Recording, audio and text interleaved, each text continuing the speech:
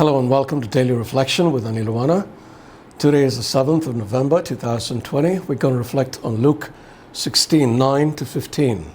I'm going to be quoting a lot of scripture today, so please have that notebook and pen on hand, okay? Now listen. Jesus said, I tell you, make friends for yourselves by means of dishonest wealth, so that when it is gone, they may welcome you into the eternal homes. Whoever is faithful in a little is faithful also in much, and whoever is dishonest in a very little is dishonest also in much. If then you have not been faithful with the dishonest wealth, who will entrust you with the true riches? And if you have not been faithful with what belongs to another, who will give you what is your own? No slave can serve two masters, for a slave will either hate the one and love the other, or be devoted to the one and despise the other. You cannot serve God and wealth. The Pharisees, who were lovers of money, heard all this, and they ridiculed him. So he said to them, you are those who justify yourselves in the sight of others, but God knows your hearts.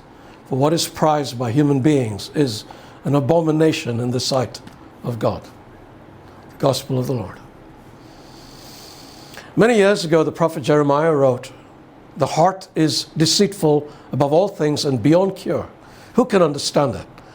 And then speaking for God, he wrote, I, the Lord, search the heart and examine the mind to reward each person according to their conduct, according to what their deeds deserve. Some of us, like the Pharisees in today's passage, are all about how others see us. If they see us as good people, then we figure we're fine.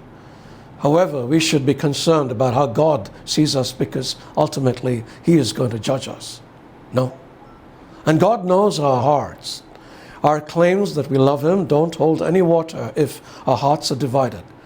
No slave can serve two masters, for a slave will either hate the one and love the other, or be devoted to the one and despise the other. You cannot serve God and wealth. Our attachment to anything of the world suggests a divided heart. But because money is a unique barometer of the human condition, Jesus makes a mention of it here. Many of us can be parted from anything except money. This attachment is an abomination in the sight of God. That's a strong word, but it's Jesus', not mine. Why?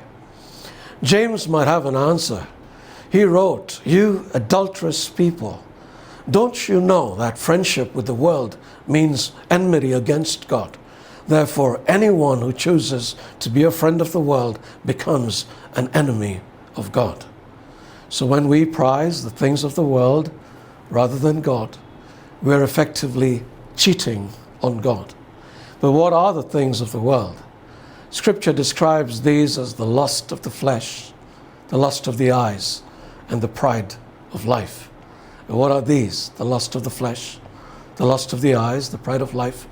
I'd like us to think about what these might be and ask ourselves which ones we might be guilty of. And then let us be brave enough to make David's prayer to God. He said, search me, O God, and know my heart. Test me and know my anxious thoughts. See if there is any offensive way in me, and lead me in the way everlasting.